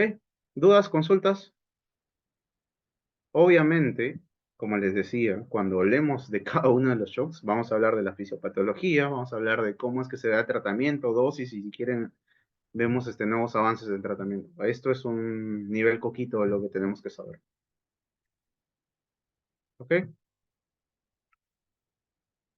Miren, aquí unas acotaciones más que encontré en una guía. Profe, en el caso de la milrinona, leí que también era vasodilatador. ¿No sería contradictorio? Acuérdate que la milrinona, si bien tiene efectos vasodilatadores, son vasodilatadores para la periferia. Es decir, para disminuir el tema de la resistencia vascular periférica, pero para la salida de la sangre. ¿Sí? O sea, venodilata para que retorne adecuadamente el corazón, ¿sí? Y también hace vasodilata para que llegue más adecuadamente la sangre al corazón. Y hace vasoconstricción a nivel de las arterias. ¿Ok? Otra guía que encontré. Doctor, para shock séptico, ¿qué hago? Mira, ¿qué te dice? Métele fluidos agresivamente. ¿Con qué, doctor? Cristaloides. Es más, acá te dice la dosis, ¿ves? ¿Sí? ¿Qué más? Si no conoces al bicho, métele. Ahí sí tienes permitido meterle un misil, ¿sí? Inicias con mero banco, ¿sí? Pipetazo, digeciclina, no sé, lo que se te ocurra. ¿Ok? Y doctor, ¿qué tipo de pacientes necesitan vasopresores? Los pacientes que tienen la presión arterial media menor de 65. ¿Sí? Y el vasopresor de primera línea, doctor, en shock séptico, ¿cuál es? Acá está tu respuesta. La norepinefrina. ¿Sí? Pero como ustedes ya deben conocer por sus clases de fármaco, acuérdense que la norepinefrina genera refractariedad. ¿Sí? Así que, complementando, puedes usar vasopresina. ¿Ok? Doctor, para shock anafiláctico, ¿qué hago? Métele fluidos agresivamente. 4 a 6 litros, mira, 4 a 6 litros al día de cristaloides. ¿Y qué haces? Quítale lo que le esté generando la alergia y manéjalo con epinefrina, antihistamínicos, corticoides. Y si es que está haciendo broncoconstricción, métele salbutamol. ¿Ok? Aquí me olvidaba, hay otra definición de shock que incluye los shocks endocrinológicos, que son básicamente dos: el hiperaldosteronismo y el shock por coma mixedematoso. ¿Ok? Que se consideran distributivos, pero le han hecho una división aparte por el tema de que pueden generar complicaciones y tienes que manejarlo de manera distinta. No necesariamente responde a fluidos. ¿Ok? Acá mira, ¿y por qué les digo eso? Porque si el paciente tiene una crisis adrenal, en un hipoaldosteronismo, por ejemplo, o en hiperaldosteronismo, perdón, con cuidado le das fluidos, porque acuérdate que la aldosterona aumenta el sodio, aumenta el volumen. Si tú le das fluidos 6 litros, así como hacen los demás shocks, ¿qué vas a hacer? Lo vas a encharcar, vas a llenar el pulmón de agua, ¿ok? Y le das sus dexametasona. Doggy, para shock hipovolémico, ¿qué hago? Ponle 2 vías, por el amor de Dios. Mira, es el único que te dice 2 vías. O si no tienes 2 vías, ponle un catéter venoso central, para que el agua llegue directo al corazón. Doctor, ¿y para qué le pongo en Trendelenburg? ¿Sí? Lo inclinas con las piernas hacia arriba para que la presión pueda llegar, la poca sangre que tenga, llegue directamente hacia el cerebro y el corazón, los órganos de arriba, que son los más importantes. ¿Ok? ¿Qué le doy, doctor? Cristaloides. ¿Ok? Básicamente eso. Controlar la etiología, obviamente, si el paciente ha venido porque ha tenido un accidente de tránsito, le ha pasado una combi encima, tienes que controlar el sangrado, pues tienes que operarlo. ¿Ok? En shock obstructivo, doctor, ¿qué hago? Otra vez, aquí sí ten cuidado con los cristaloides. ¿Sí? Y si persiste, le das vasopresores, en algunos casos norepinefrina. Ojo, miren, ¿en cuál es el único en el cual la indicación como tal es epinefrina? En el anafiláctico. ¿Ok? ¿Sí? Norepinefrina de primera línea, ¿en quién? En shock séptico. ¿Ok? En obstructivo, ¿cuál es? Norepinefrina. Pero acá la diferencia entre estos dos es que acá sí das fluidos y acá no das fluidos. O sea, das fluidos juiciosamente. ¿Ok? Si es un embolismo pulmonar masivo, tienes que dar trombólisis. No hay ninguna forma de solucionar ese problema. Porque de repente no te mata el shock y te mata el hecho de que el paciente no esté intercambiando oxígeno por CO2. Perdón, CO2 por oxígeno. Y en cardiogénico, doctor, tienes que buscar la causa, si es que es bradiarritmia o taquiarritmia, inicias el protocolo ACLS, como les dije hace un momento, cardioviertes, y si no ha funcionado, tienes todavía su balón intraórtico. Y si es que es infarto agudo de miocardio, revasculariza.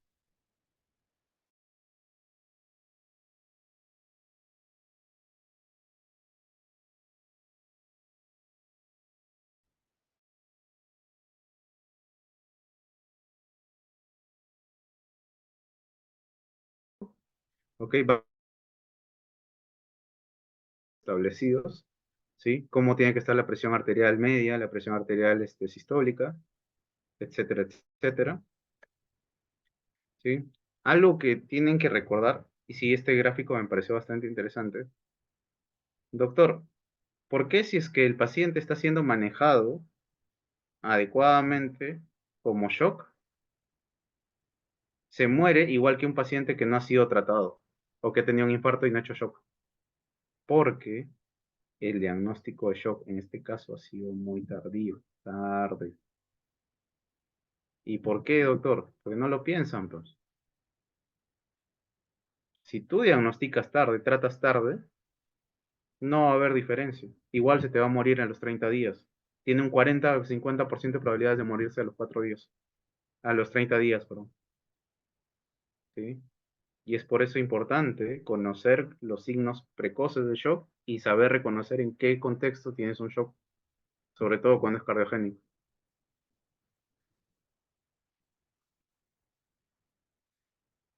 Ok, un poco de fisiopatología, así de patas nada más.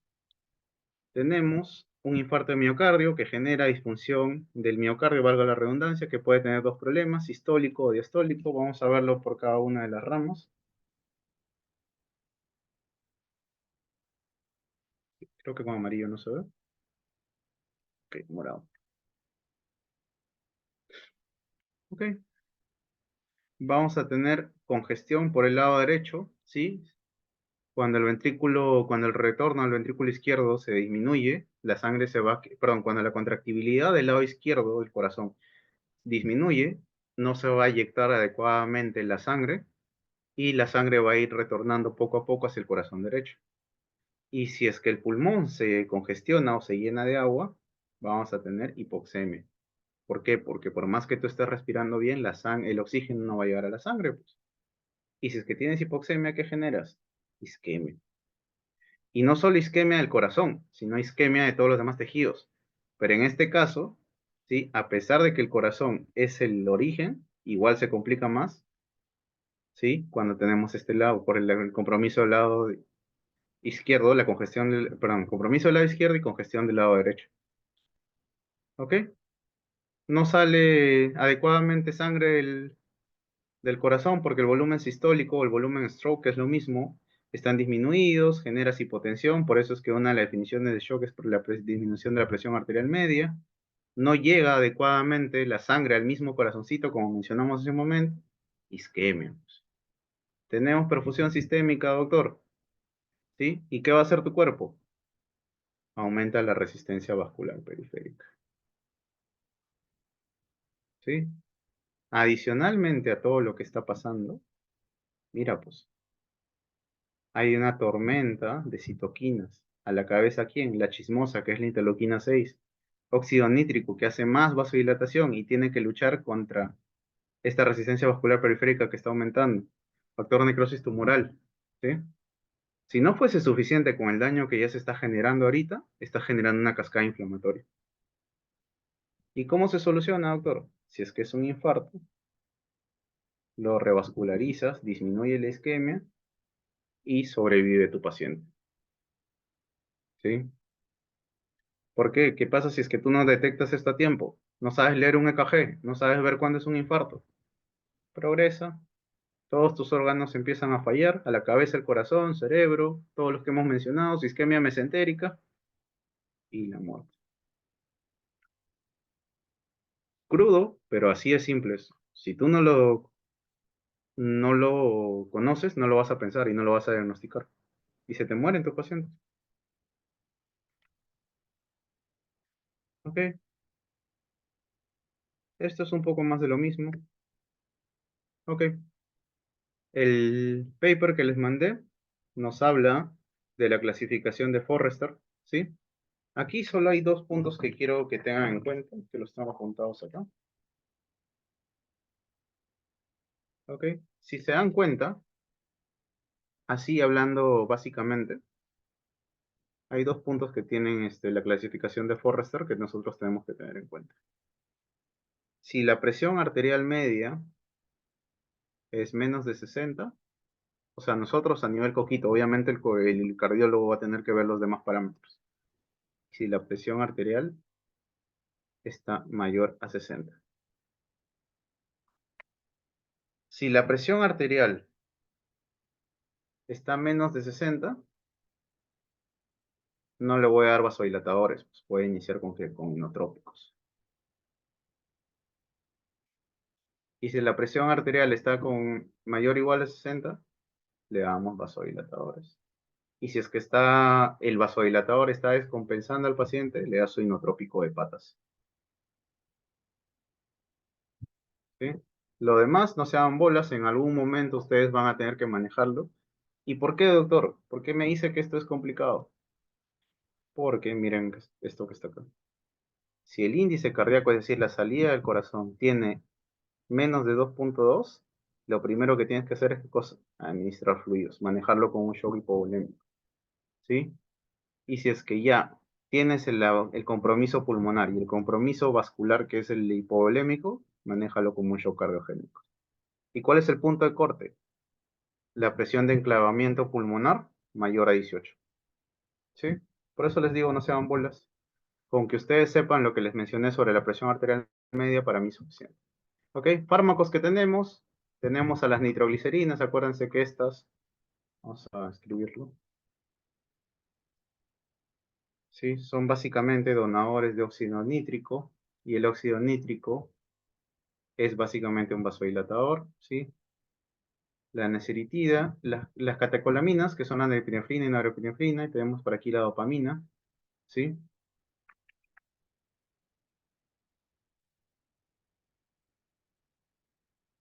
¿Qué es la neceritida, doctor? Este es un análogo de PNB, de péptido natriurético cerebral, ¿ok?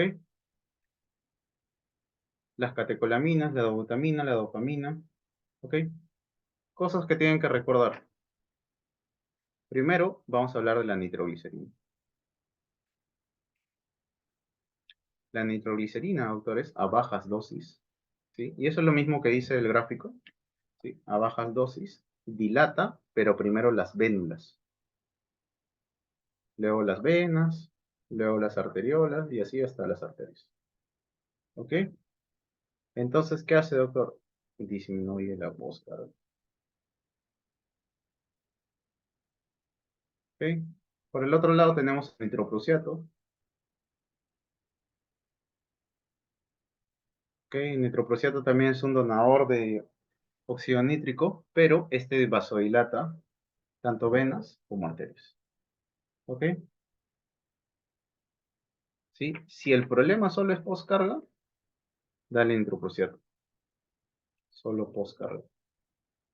Y eso es lo que dice el paper, ¿ah? ¿Ok? Si el problema es algo más que postcarga y quieres manejarlo con otro fármaco, dale nitroglicerina. Así es simple, no hay más vuelta que darle. Y si no te funciona con los dos, o tienes un montón de plata, le das su análogo de péptido natriurético B, que es la neceritida. Y ya está. Así de simple. Doctor, y ahora, inotrópicos, por favor. Ok, vamos a hablar de inotrópicos. Ok. ¿Qué hacen los inotrópicos? Aumentan la presión arterial media. Ok. Acuérdate sobre los inotrópicos que siempre tienen que ir con diuréticos. Ok. Y con vasodilatadores. ¿Sí? Si no te... ¿Qué vas a hacer? Haces vasoconstricción y generas hipoxia. ¿Ok? Y para el corazoncito, ¿quiénes funcionan mejor, doctor? Acuerdo. La dopamina, bajas dosis.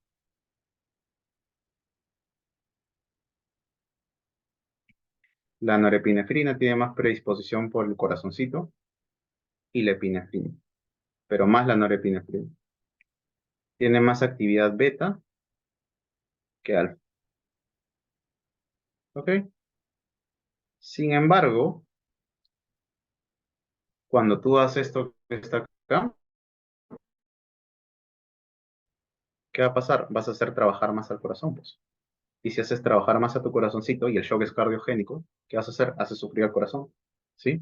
Y cuando tú haces forzar mucho al corazón, ¿qué generas? Arritmias. Y es por eso que tienes los inhibidores de la fosfodiesterasa, ¿ok? Que son un poquito más específicos, ¿sí? No hacen chambear tanto al corazón, entonces son menos arritmogénicos. Y ya está. Y adicionalmente a eso te hablan de los sensibilizadores de calcio como el levosimentano. ¿Ok? Es que se dice que es más seguro, pero no hay un estudio que sea definitivo todavía. ¿Ok? Para cerrar la idea, doctor, ¿y si no funcionan los fármacos? Estos son los dispositivos de balón intraórtico. ¿Sí? Estos dos que están acá, este por ejemplo es el extracorpóreo que les dije. O sea, una máquina por afuera que hace toda la chamba del corazón. ¿Sí? Este es el mecanismo de acción de la neseritida. ¿Sí? Y aquí vamos a hablar un poquito solo de esto. Acuérdense que cuando tu corazón está sometido a estrés, va a liberar péptido natriurético auricular y péptido natriurético cerebral o péptido natriurético B. Pero quien tiene más efectividad a nivel de la renina, a nivel de la filtración glomerular, es el péptido natriurético auricular. Mientras que el péptido natriurético B está más relacionado con la vasodilatación para generar disminución de la presión arterial. ¿Ok? Esto es básicamente lo que les decía. ¿Sí? El ProPNB se libera como respuesta a estrés. Y doctor, y si se libera mucho, si mi corazón se estresa mucho y sufre mucho, vas a liberar mucho ProPNB. Y esto es lo que se termina midiendo. Esto se mide. ¿Sí?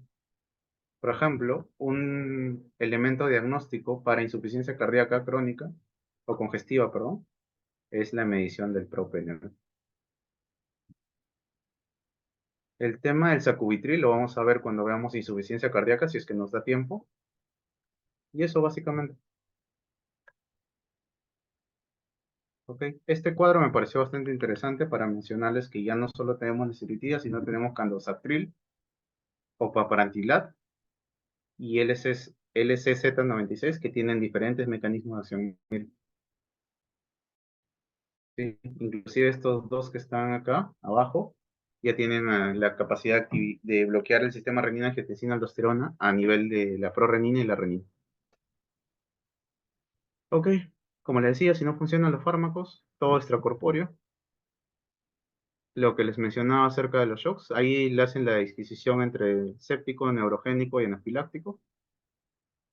Y eso es lo que estaba mencionando García hace un momento, el tema de cómo es que podemos afrontar el shock.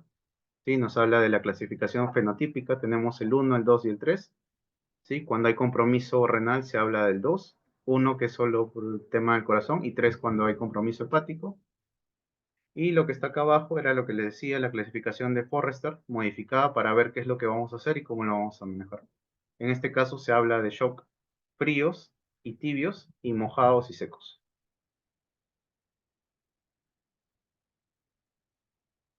Ok, creo que ya hemos conversado esto. Les he dejado ahí algunas diapositivas para que puedan revisar un poquito más acerca del tema. Y sobre todo con el tema de cómo escoger, cuándo escojo nitroglicerina, dobutamina, cuándo le doy epinefrina y dopamina, ¿sí? Y eso básicamente, doctores. ¿Alguien tiene alguna duda, consulta, algo que no les haya quedado claro?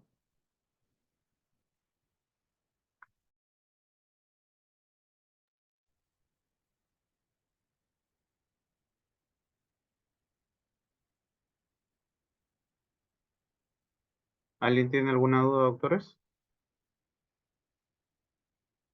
Ok, listo. Con respecto a la próxima clase, no sé si podamos hablar un poco más de ICC, ya que estamos hablando de shock, o tal vez podríamos hablar ya de KG normal y patológico para empezar esa jarana de una vez por todas. Lo decidimos y bueno, si tienen alguna duda, comentario o algo, creo que les ha gustado bastante el tema de las diapositivas así en blanco. Perdónenme que esta vez se las mandé un poco tarde. Y les mando el paper más tarde que el otro que encontré. Y no, este, nos vemos en la próxima sesión. Ok, Fabricio dice KG, Doc. Sí, creo que podemos hablar de KG. Ok, bueno, doctores, ha sido un gusto. Nos vemos. Hasta luego. Muchas gracias, doctor, por la clase. Un Nos gusto, vemos. doctor. Hasta luego. Muchas Gracias. gracias, doctor.